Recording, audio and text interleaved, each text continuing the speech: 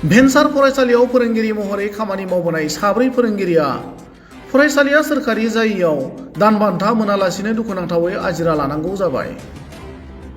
चिरां जिल्ला सिङाव इं 1986 मायथाइयाव गायसननाय दैमालु गेजेर फरायसालिनि गिबि गाहाय फोरोंगिरि महरै बिबान लानानै हाबा मावबोनाय दिनेन्द्र नार्जारी आरो इं 1997 मायथाइयाव गोजौ फरायसालि महरै गायसननायनि गिबि गाहाय फोरोंगिरि जनेन्द्र ब्रह्मजों लोगोसे सानै आखान्थि फोरोंगिरि नर्मदा लिम्बु आरो देवेन्द्र बरगयारी बिथांमोना फरायसालिया सोरखार जायालासिनो गोबां बोसोर फोरोंगिरि मावनानै आजिरा लानो गोनां जाबाय।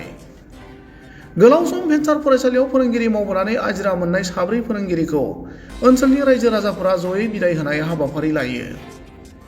बे बिदाय होनाय हाबाफारियाव बिटिसि सोलोंथाइ बिफाननि बिथोनगिरि जगदीश प्रसाद ब्रह्म, मिरु लाइमोन बिपिएफनि गाहाय नेहाथारि डक्टर सांग्रां ब्रह्म, ओनसोलनि आफाद गौथुमफोरा बाहागो लादोंमोन। गुबुन फारसेथिं गोलाव बोसोर भेन्सार फरायसालियाव खामानि मावबोनानै आजिरा मोननाय फोरोंगिरिखौ बिदाय होनाय हाबाफारियाव बाहागो लानानै बिटिसि सोलोंथाइ बिफाननि बिथोनगिरि जगदीश प्रसाद ब्रह्म बिथाङा खौरां बिजोङाव ओरैबायदि फोरमायो। मोजां मोनदों बे हाबाफारियाव फैनानै, खारन बेवहाय साब्रै जोंहा माने टिचार्सफोर दंमोन, बिसोर अलरेडि रिटायार जाबाय आरो आनफर्चुनेटआ बेनो जाहैबाय जे एक्चुअलि बे फरायसालिया माने प्रभिन्सियेलाइजेसन जानायनि थाखाय बै समावनो आरो जे रिक्वायरमेन्ट्सफोर नांगौमोन बे एक्चुअलि दंजोबोमोन, खिन्थु मा खारननि थाखाय जायाखै बेखौथ' जों दा बुंनो हाला। बेबायदिनो फरायसालिया सोरखारि जायैनि जाउनाव दानबान्था मोनालासिनो आजिरा मोननाय फोरोंगिरिफोरा खौरां बिजोङाव ओरैबायदि फोरमायो। भेन्सार फरायसालियाव फोरोंनानै दिनै भेन्सारैनो नोंथांमोना रिटायार जानो गोनां जाबाय। दा बेनिखायनो नोंथांमोनखौ बारग' फरायसा आरो नैबे सामलाय आफाद, स्कुल सामलाय आफादा नोंसोरखौ बिदाय होनाय मोनसे हाबाफारि बेयाव खुंफुंदों। माबायदि मोनदों फिलिंसआ? जोबोद मोजां। माने 38 इयार्स फरायदों थांदों खबराबो मोनलायलाय गोजान गोजाननि, दिनै जे लास्ट अबस्थायाव मोनबाय खोब मोजां मोनदों आरोखि, गोजोननाय मोनो। माने दिनैनि बादि मोनसे मोजां माबा मोनाखै आरोखि। रिटायारा जादोंबाबो मोनाखै, आं 22 जादों, खिन्थु दिनैनि बे दिना बयखौबो लेंहरनानै जोंनि डिपु बाहायना मोनसे प्रग्राम बानायदों, बहाय बिसोर नुजाफैनो हादों, बिसोरखौ नुनानै आं मोजां मोनो आरो। बे गोलाव समाव सुजुग अभिसकआ माबायदिमोन फोरोंनायनि बेलायाव? सोर आंनिया? आंथ' इसोरनि अननायाव बेमार आजारावबो गोलैफेराखै, थाखा फैसा मोनाब्लाबो बे दिगे आङो खुनु गाहायाव थायाखै। जेसे हागौ आं एसे सार्भिस होदों। माने आंनि जिबननि क्वालिटि आरो जिबननि माबायानो गोहोआनो बेल'खा, जेसेबां हागौ एसेबां आङो बे 38 इयार्सखौ माबा खालायदों आरोखि। नोंथांमोना जे गोलाव सम फोरोंनानै भेन्सारैनो रिटायार जाफैनो गोनां जाबाय, नोंथांमोननि फरायसालि बा नोंथांमोननि जे सरकारि जानांगौ बे जाबोआसै, नाथाय फैबाय थानाय समाव बे फरायसालिखौ सरकारि खालामनांगौनि थाखाय सरकारखौ मा खावलायगोन? सरकाराथ' खालामथारनांगौ, जों खावलायहरो आरोखि, खालायनांगौ। खालायोबा जे जोंनि जायो बे नङा, बेहाय रायजो राजानि। खारन जोंनि बे फिडार स्कुलफ्राव बिराद गाहायाव थानाय एलपि स्कुल दंमोन, बे जायगानि गथ' गथायफ्रा गोदो खुनुरुखुम एलपि फरायबाय थाबाय, गामि दरसे सानै साथामल' high school M E school फरायनाय दंमोन। जों बेखौ हाग्रा बंग्रानि गेजेराव जे खालायनो हाबाय, खालायनानै दिनै जोंनि सात्रफ्रा हाजार हाजार जाबाय आरो 38 इयार्सआव। आरो बे एरियायावथ' दा मथा मथि घरे घरे मेट्रिक पास, बिए पासआबो ओंखारगासिनो दं। बेनो आरो जोंनि माबा देरगानांगौआ।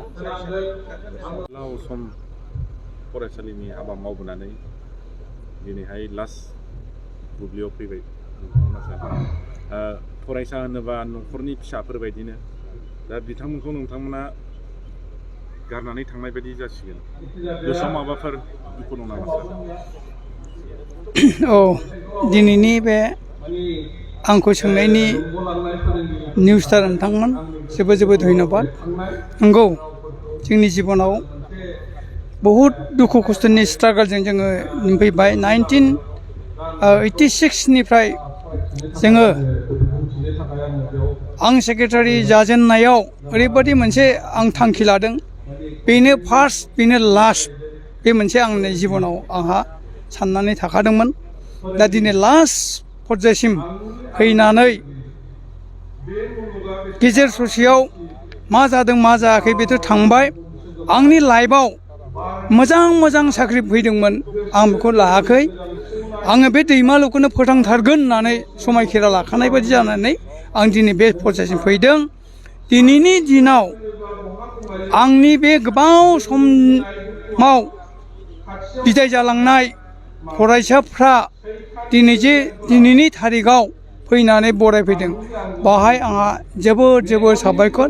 बेनिख्रुइ साबसिन आंहा जिबनाव मोनगोनखौ आं सानाखै।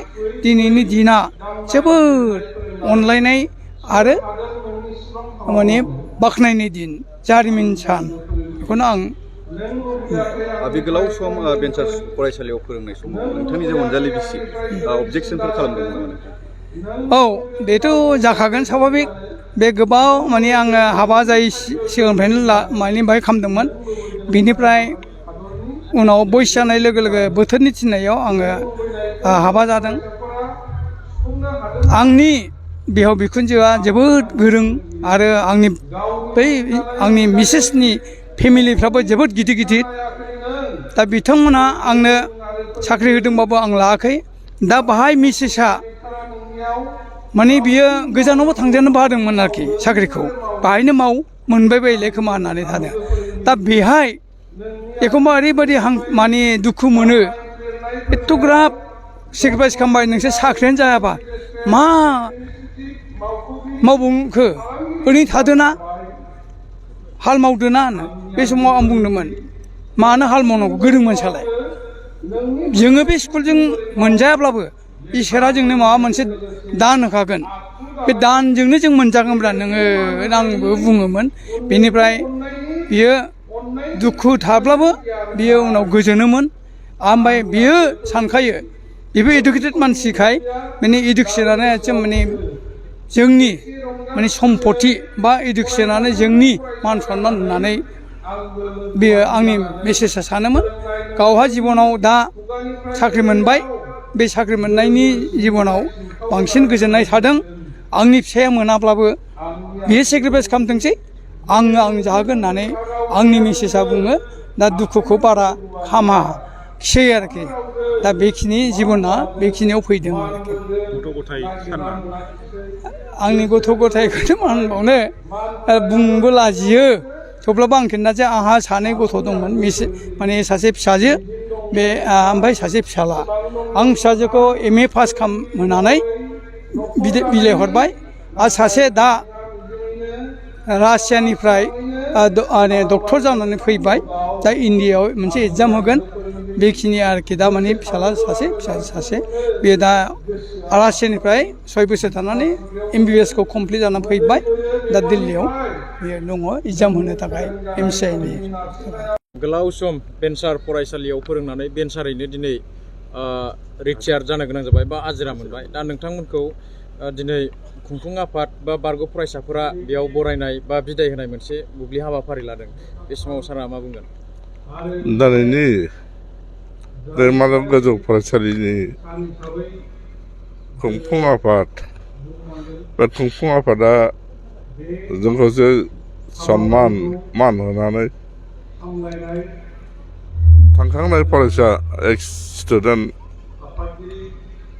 फरायसुलि बिथांमोनहा जे जोंखौ एथ' गिदिर आयोजन खालामनानै जोंखौ बरायदों, बेवहाय आं गोसो गोरबोजों गोजोननायजों आं गाबनो ओंखारदों। मिजिंथियो बिथांमोननि नाजानाय मावफुंनानै होनायनि गेजेरजों जोंनि बे फरायसालिया गब'देट जायाखैबाबो जोंनि डिरेक्टर बिथाङा जोंजोंनो लोगोसे नुजाफैनायाव बिथांनिसिम खावलायनाय थाबाय। बिथाङा जाहाथे जोंनि बे फरायसालिखौ गभर्नमेन्ट खालामनानै होयो, बेनि थाखाय आं बिथांनिसिम खावलायदों। आरो रोजा रोजा साबायखर होदों जोंनि फरायसा बिथांमोनहा जोंखौ जे मान सन्मान होनानै जोंखौ जे एफा गिदिर आयोजननि गेजेरजों बरायदों। बे बरायनायखौ आङो गोसो गोरबोनिफ्राय बिथांमोननिसिम साबायखर बावदों। जोंनिनो फिसा हिसाबै जोंखौ बे ओनसोलनि गारजेन, सासे गोख्रों गारजेन हिसाबै मिजिंथिनानै जोंखौ जे अनसायनाय होदों, बेखौ आं बिथांमोनखौ आंनि गोसो गोरबोजों बरायदों। बे गोलाव समाव गोबां फरायसालिफोरा गभर्नमेन्ट जालांदों नाथाय नोंथांमोननि नैबे फरायसालिया दुखुथियायै बे सरकारनि नोजोराव गोग्लैयाखिसै दा बेयाव दायनिगिरि हिसाबै सोरखौ बुंगोन सारा बे बुब्लियाव आङो सरकारनि माखासे जोंबायदि बेक्ति जायफ्रानाखि फैसा एबा रांखावरिनि लालसा गोनां बेक्तिफोर दङ बिथांमोनखौ सिदायै सोंखारियो बिथांमोनहा जेखि जाया थाखा फैसानि मा होनो बेखौ खांगालाव लुगैनायाव माखासे जानथारनांगौ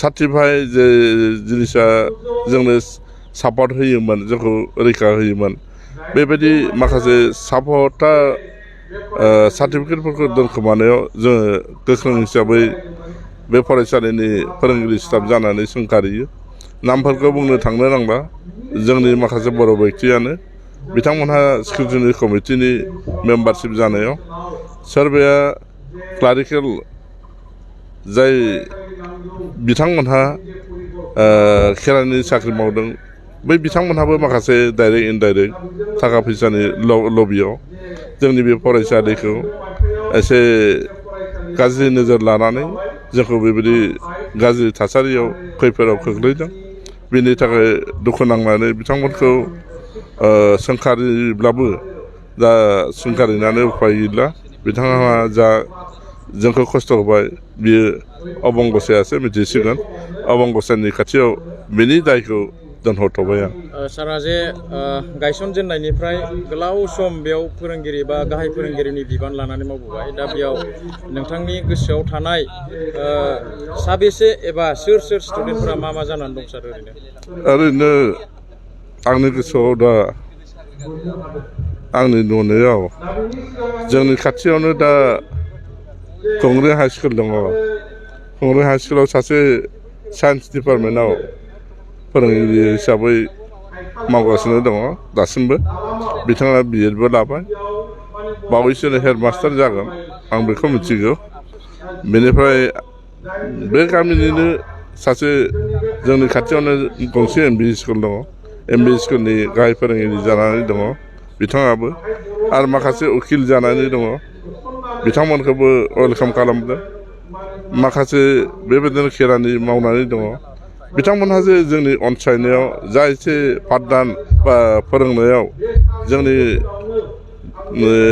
फोरोंनायनि गेजेरजों बिथांमोनहा जे गेदेर गोलाव जाबाय बिथांमोनखौ बाख्नायदों आरो आङो अनसायदों जोंनि बड'लेण्डनि जानानै बिथांमोनहा बड'लेण्डनि खामानियाव जाहाथे मोजां रोखोमै मावो थाखा फैसानि सायाव जाहाथे लब जाया आं बेखौ आं फोरोंगिरि हिसाबै आंनि फरायसा हिसाबै बिथांमोनखौ खावलायदों आङो सोरखारि फरायसालिनि फोरोंगिरिफोरखौ बुंनो थांला खिन्थु नोंथांमोना भेन्सार स्कुलाव फोरोंगिरि जानाय हिसाबै नोंथांनि जिउ खुंनाय बा फरायसालि सामलायनांगौ माबायदि जेंना भुगिबोनांगौ सार फरायसालि सालायबोनायाव बे 33 बोसोर बैसोआव गोबां रोखोमनि फरायसाफोरखौ बेंनायाव आंनि असे फिसानि समान हिसाबै एसे खेंख्रा खेंख्रि पाठदान खालामनायाव फोरोंनायाव जादोंमोनब्ला बिथांमोनखौ आं उफाय गैयैयाव माखासे बिथिङाव खरा जायाब्लाबो